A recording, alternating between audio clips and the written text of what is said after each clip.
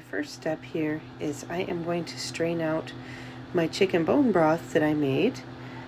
I cooked it for 2 days with 5 chickens, and this is always tricky. It always ends up being a mess, but that's okay. It's very much worth it. So I'm just carefully pouring that in there, trying not to incinerate myself. And there come out the bones. They cook down very nicely there. And I grabbed my second crock, and I had poured those in, and you can see how soft those bones are. I actually just ended up leaving those outside for the cats. At this point, I'm not worried about them choking on bones because they're just so soft. They squish right in your fingers. So here's a bit of a tip for you. Today I was out shopping for ham because mine's all in the freezer, and I wanted to make the soup. I looked all around, and it was crazy expensive. Even ham steaks were like a whole lot of money. So I kept looking, and I found what I was looking for, and that is ends and pieces. I paid a little bit over $5 for this big old package of them. You can see, I mean, here's my hand. That's a lot of meat. The only things I've found objectionable so far are bone and a little piece of fat.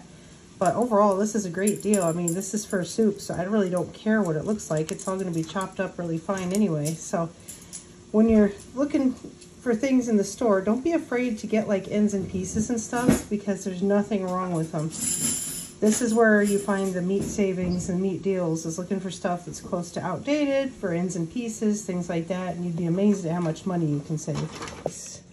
That is absolutely perfect for bacon grease. It's got a little seal to it, so when I get done cooking, I'm just going to put that in there. I like to use the canisters. Oh my goodness, you can't see up there when you're at another angle. I don't think I like that. I got to get up there and clean that. Anyway, these little canisters are perfect for things. These are called crispy nuts. It's a recipe in the Weston A. Price Foundation cookbook. I'm going to do it really soon here, where you soak them overnight and then you get rid of the anti-nutrients in them, and then you dehydrate them. So I did that. And then, let's see, got new filters today for my Lexapure, so that's flushing. My sinks are an absolute disaster area, so don't mind that, la la la. I just got home from being in town again, so we're just prepping this right along. I'm gonna wash some potatoes and cube them up. I'm actually gonna hot pack this particular recipe. I have my jars in my oven at 200 degrees. I'm about to get the canner set up here. And then I have a huge cleaning blitz of my kitchen and dining room to do while this all cooks. So I have all my other ingredients in the stock pot, and now I'm cutting up potatoes and throwing them in. I don't want the potatoes to boil, but I do want them to be hot. I know that this canning process is going to be 90 minutes because I have meat in my jar. So this is the last thing I'm doing before I get that soup in jar. So I am putting some salt into this pot of chicken bone broth. I have some pepper. I apologize, I don't have measurements. I wanted to try this first time and see how it came out.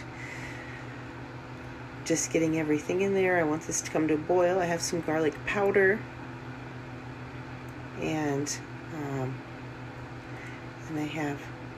looking to see what I have. There we go. Some tarragon. I couldn't remember what I added to it, to be honest.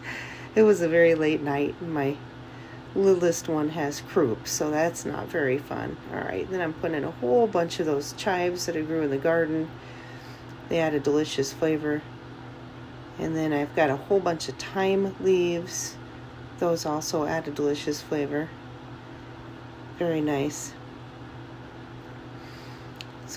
So what we did for Mr. Magnus last night, since he was feeling so bad, is I took the advice that I heard years ago from one of the nurses at our local hospital. I wrapped him up in a bunch of blankets so he was nice and warm, and I took him outside to breathe the cold winter air, and it was cold, for about 5 minutes. And then what you do is you take him into a bathroom where you have a hot steamy shower going, and that really helps with that croup. So that was our night. All right, and then now I am going to add the bacon that I cooked up. I had it draining on some paper towels, and that leftover grease I poured into the container I showed you earlier.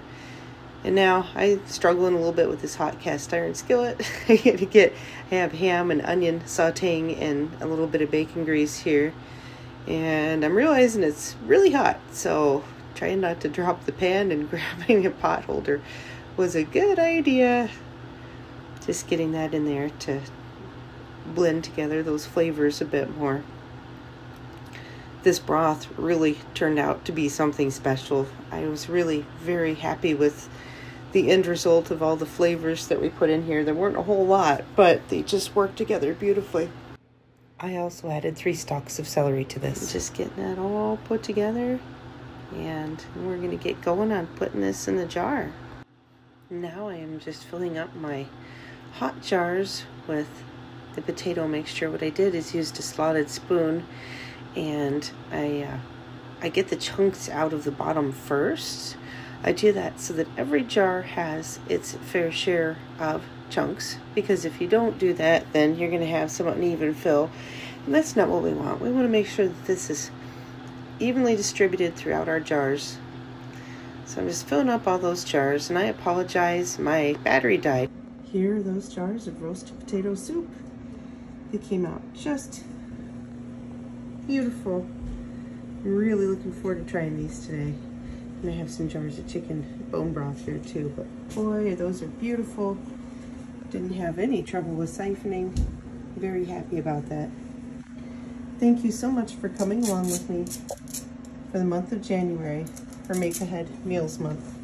I look forward to doing this again next year, and I certainly hope that you'll join me making your own videos and sharing your own successes.